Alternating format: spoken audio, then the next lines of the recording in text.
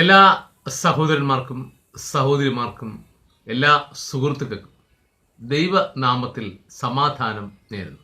ഞാൻ നിങ്ങളുടെ പ്രിയ സഹോദരൻ അജിത്. ക്രിസ്ത്യാനികൾ ശ്രദ്ധിക്കുന്ന യൂട്യൂബ് ചാനൽ പ്രേക്ഷകർക്കും ക്രിസ്ത്യാനികൾ ശ്രദ്ധിക്കുന്ന ഫേസ്ബുക്ക് ഗ്രൂപ്പ് അംഗങ്ങൾക്കും എൻ്റെ എല്ലാ ഫേസ്ബുക്ക് സുഹൃത്തുക്കൾക്കും ഇന്നത്തെ എൻ്റെ വീഡിയോയിലേക്ക് ഞാൻ സഹൃദയം ദൈവനാമത്തിൽ സ്വാഗതം ചെയ്തോളൂ.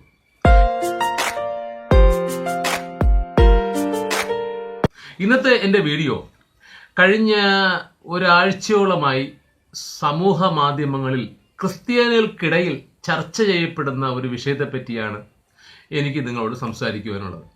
മിമിക്രി കലാകാരനും പാരഡി ഗാന രചയിതാവും സംഗീത സംവിധായകനും നടനും സംവിധായകനുമായ നാദൃശ ഒരു സിനിമ തയ്യാറാക്കി കഴിഞ്ഞു.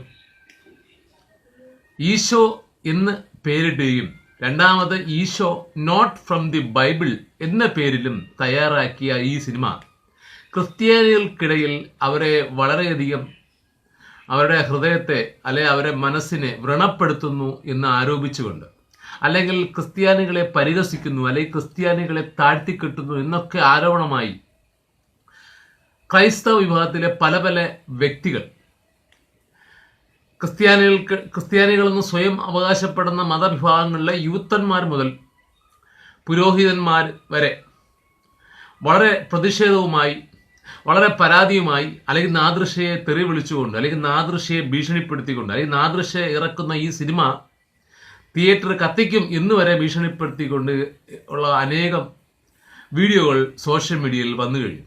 രാഷ്ട്രീയക്കാരായ PC ജോർജ് അടക്കമുള്ളവർ നാദൃശയെ വിരട്ടി നിർത്തിയിരിക്കുകയാണ്.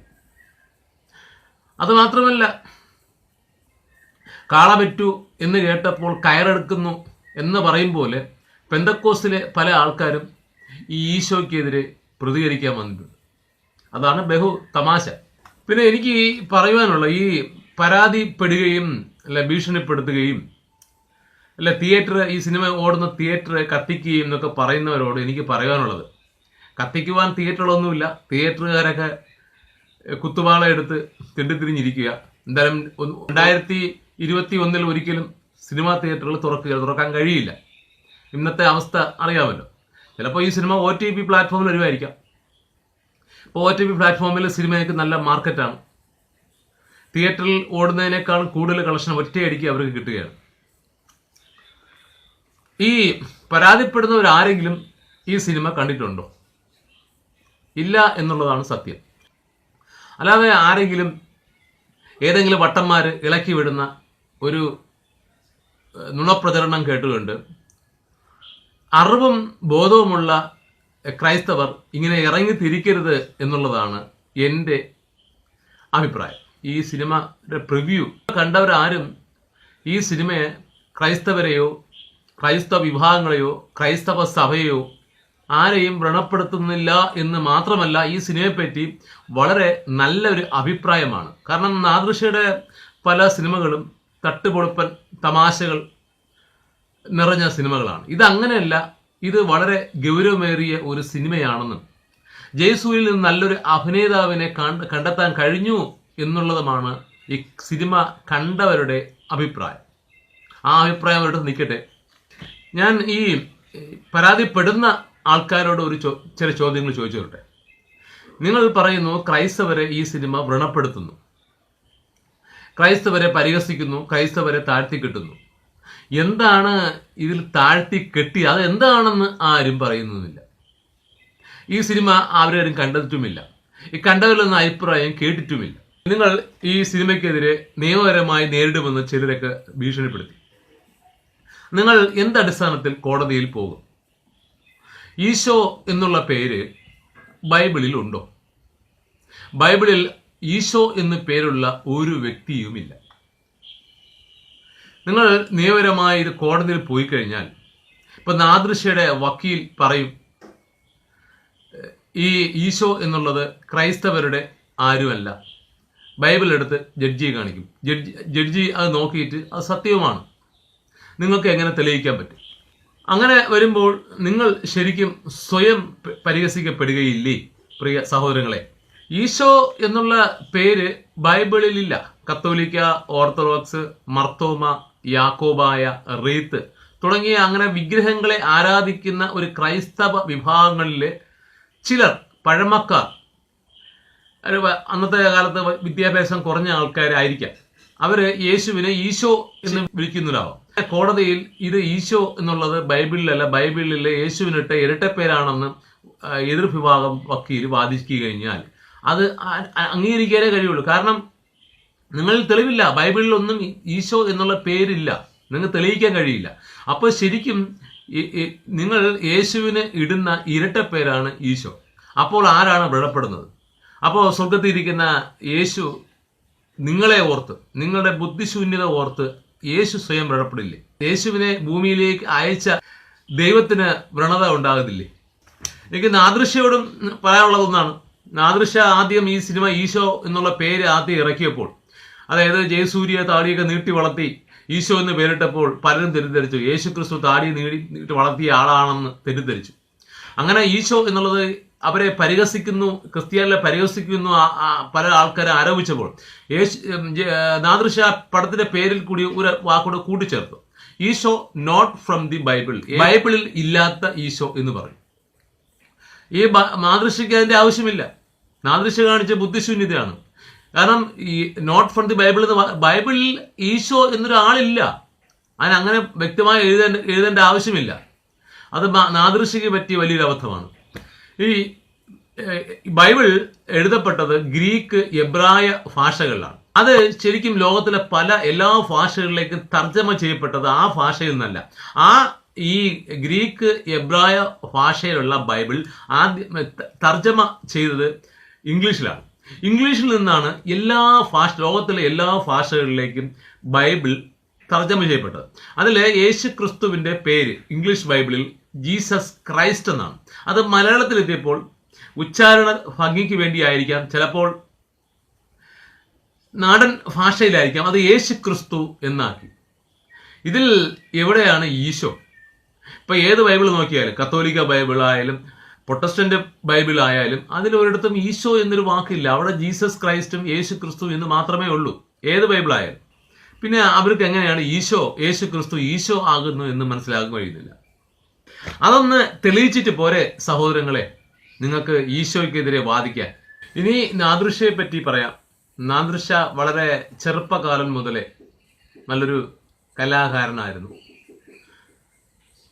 എറണാകുളത്തെ ആബേലച്ചന്റെ കലാഭവൻ എന്ന കല പഠിപ്പിക്കുന്ന വിദ്യാലയത്തിലെ ഒരു വിദ്യാർത്ഥിയായിരുന്നു. മിമിക്രി ആയിരുന്നു നാദൃശ്യയുടെ കല.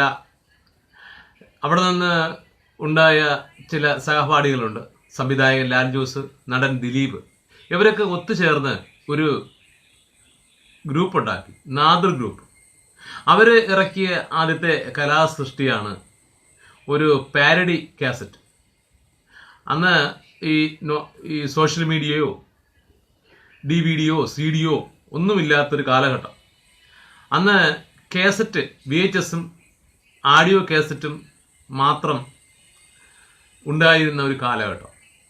അന്ന് ഇവർ ചേർന്ന്, ഈ നാദർ ഗ്രൂപ്പ് എന്നുള്ള ഗ്രൂപ്പ്, ഇവരെല്ലാവരും ചേർന്ന് ദേ മാവേലി കൊമ്പത്ത് എന്നുള്ളൊരു ആക്ഷേപ ഹാസ്യ പാരഡി കാസറ്റ് ഇറക്കി.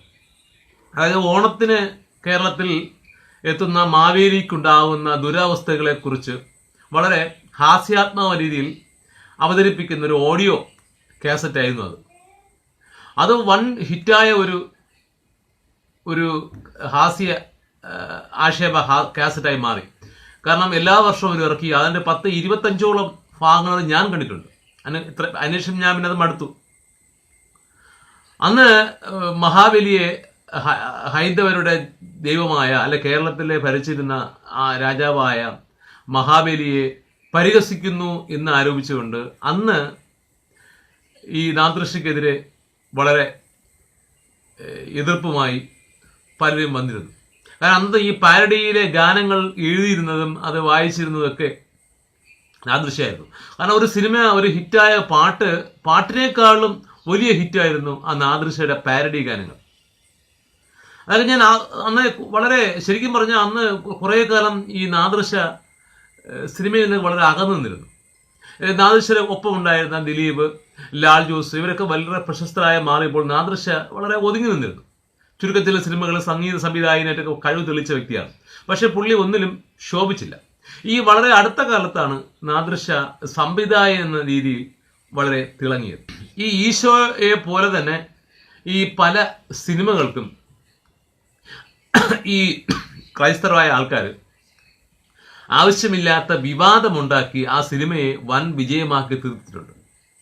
ഉദാഹരണത്തിന് ഈ പൃഥ്വിരാജ് മോഹൻലാലിനെ നായകനാക്കി ഇറക്കിയ ലൂസിഫർ എന്നുള്ള സിനിമ അത് ഇലൂമിനാറ്റിയെ പ്രോത്സാഹിപ്പിക്കുന്ന സിനിമയാണെന്നും പൃഥ്വിരാജ് ഇലൂമിനാറ്റി അംഗമാണെന്നും ഒക്കെ പ്രചരിപ്പിച്ചുകൊണ്ട് ഇറക്കി. പലരും അത് തെറ്റിദ്ധരിച്ച് ആ സിനിമ ചെന്ന് കണ്ടു. അതിൽ അങ്ങനെയുള്ള ഒരു കാര്യങ്ങളുമില്ല, വെറുതെ തെറ്റിദ്ധരിപ്പിച്ചു. അതുപോലെ തന്നെ ട്രാൻസ് എന്നുള്ളൊരു സിനിമ, ആ ട്രാൻസ് സിനിമ ഇറങ്ങിയപ്പോൾ ഏതോ ഒരു വട്ടനായ പെന്തക്കോസുകാരൻ പറഞ്ഞു അത് പെന്തക്കോസുകാരെ കളിയാക്കുന്ന സിനിമയാണെന്ന് പറഞ്ഞു. എന്നാൽ ട്രാൻസ് അങ്ങനെയുള്ള സിനിമയല്ല.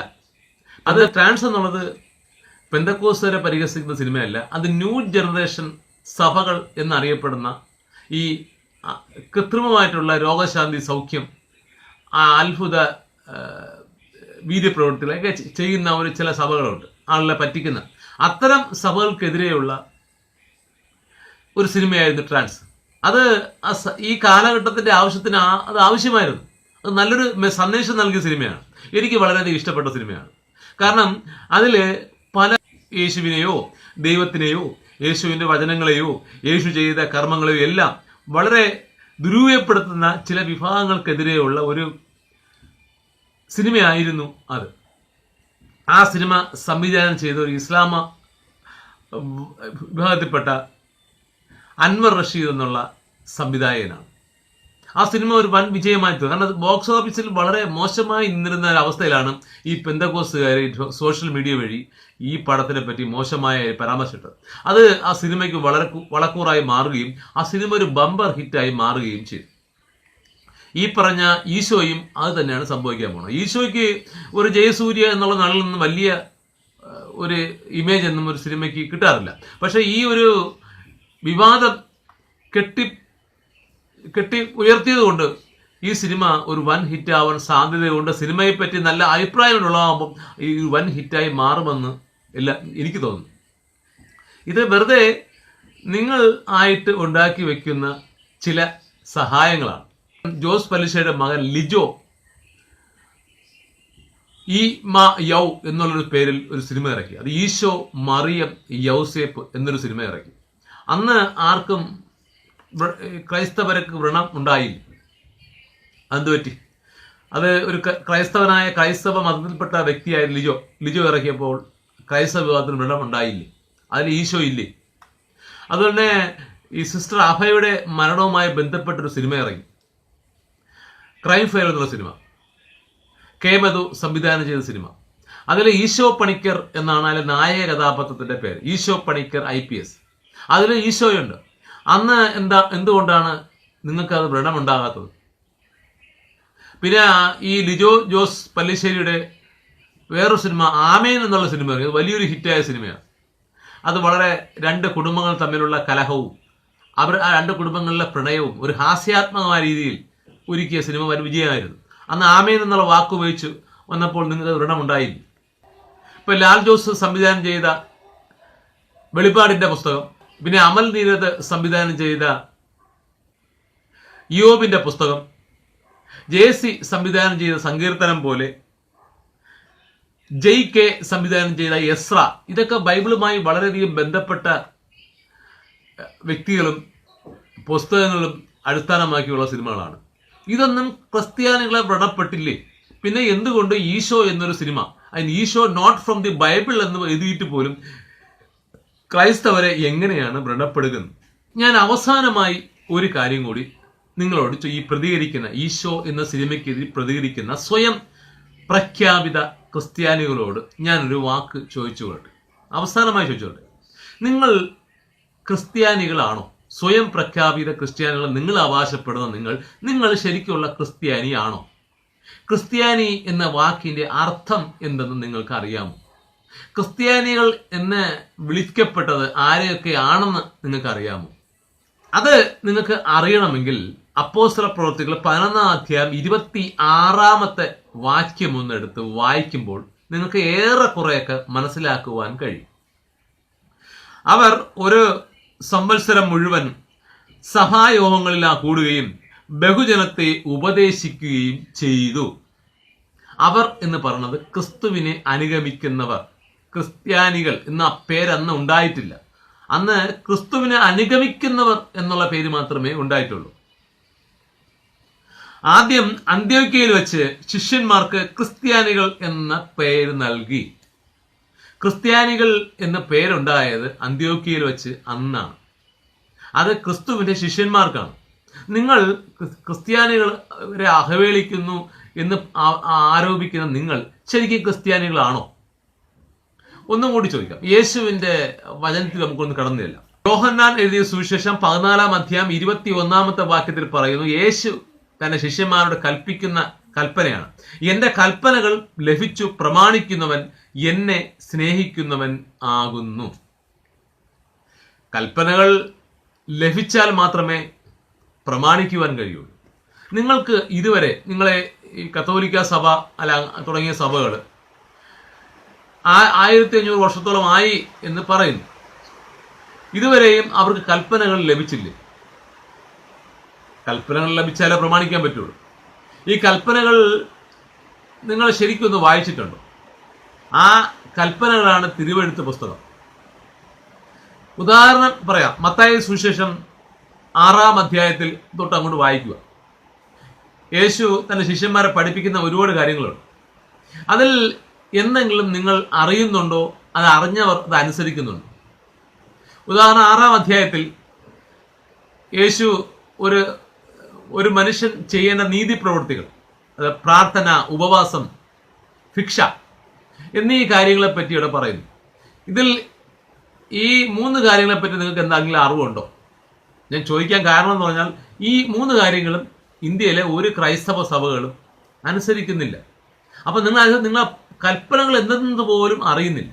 ആ കൽപ്പനകളെ അറിഞ്ഞ് ആ കൽപ്പനകളെ പ്രമാണിക്കുന്നവനാണ് എന്നെ സ്നേഹിക്കുന്നവൻ ആകുന്നു, യേശുവിനെ അനുസരിക്കുന്നവനാകുന്നു. അവരെയാണ് നാട്ടുകാർ ക്രിസ്ത്യാനികൾ എന്ന് പേര് വിളിച്ചത്. അടുത്ത പറയുന്നു, എന്നെ സ്നേഹിക്കുന്നവനെ എൻ്റെ പിതാവും സ്നേഹിക്കുന്നു എന്നാണ് പറയുന്നത്. അപ്പൊ നിങ്ങൾക്ക് ക്രിസ്തുവിന്റെ സ്നേഹവുമില്ല, പിതാവിന്റെ സ്നേഹവുമില്ല. നിങ്ങൾ ആരൊക്കെയോ പറഞ്ഞ എന്തൊക്കെയോ കാര്യങ്ങൾ ചെയ്തു കൂട്ടുകയും സ്വയം ക്രിസ്ത്യാനി എന്ന് അവകാശപ്പെടുകയും ചെയ്യുന്നു. ഇത് ശരിയാണോ? അടുത്ത മത്തായി സുവിശേഷം 7-ാം അധ്യായം 21-ാമത്തെ വാക്യത്തിലൂടെ കടന്നതല്ല. എന്നോട് കർത്താവേ കർത്താവേ എന്ന് പറയുന്നവൻ ഏവനുമല്ല, സ്വർഗസ്ഥനായ എന്റെ പിതാവിന്റെ ഇഷ്ടം ചെയ്യുന്നവനത്രേ സ്വർഗത്തിൽ കടക്കുന്നത്.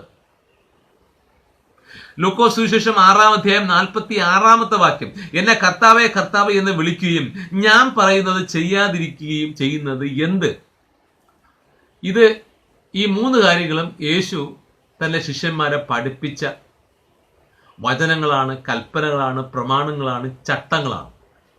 ഇത് എന്തെന്ന് പോലും അറിയുകയോ അതിനെപ്പറ്റി ചിന്തിക്കുകയോ അത് പ്രമാണിക്കുകയോ അത് മറ്റവർക്ക് പകർന്നു കൊടുക്കുകയോ ചെയ്യാത്ത നിങ്ങൾ എന്തിനാണ് എവിടെയോ കിടന്ന ഒരു നാദൃശ, എവിടെ കിടന്ന ഒരു നടനെ കൊണ്ട് ഈശോ എന്നോ കേശു എന്നോ മീശയെന്നോ എന്തൊക്കെയോ സിനിമ എടുക്കുക, അതിനെതിരെ പ്രതികരിക്കാൻ പോകുന്നതിനാണ്? ആദ്യം നിങ്ങൾ ക്രിസ്ത്യാനിയാവാൻ ശ്രമിക്കുക. ക്രിസ്തുവിന്റെ വചനങ്ങളെ മനസ്സിലാക്കുവാൻ ശ്രമിക്കുക. അതൊന്ന് പഠിക്കുക. ബൈബിള് കത്തോലിക്കക്കാരുടെ കത്തോലിക്ക ബൈബിൾ ഒരു 2 കിലോ വരും ചുമന്നുകൊണ്ടിരിക്കുക. അത് എടുത്ത് തുറന്നൊന്ന് വായിച്ചു നോക്ക്. നീ ആദ്യം സ്വയം ക്രിസ്ത്യാനിയാവാൻ നോക്ക്. എന്നിട്ട് പോരെ പ്രിയ സഹോദരങ്ങളെ സിനിമയ്ക്കെതിരെ തിയേറ്റർ കത്തിക്കാനും അവനെ ഭീഷണിപ്പെടുത്താനും അവനെ ഒതുക്കുവാനും ശ്രമിക്കുന്നത്. അതായത് സ്വന്തം കണ്ണിലെ കോലെടുത്ത് കളഞ്ഞിട്ട് പോരെ പ്രിയ വ്യാജ ക്രിസ്ത്യാനി സഹോദരങ്ങളെ അന്യന്റെ കണ്ണിലെ പൊടി തപ്പാൻ. എൻ്റെ വീഡിയോ ഇതുവരെ കണ്ട എല്ലാ പ്രിയ സഹോദരന്മാർക്കും സഹോദരിമാർക്കും ദൈവനാമത്തിൽ നന്ദി അർപ്പിക്കുന്നു. വീണ്ടും അടുത്ത വീഡിയോ കാണുന്നവരെ എല്ലാവർക്കും നല്ലൊരു ഗുഡ് ബൈ.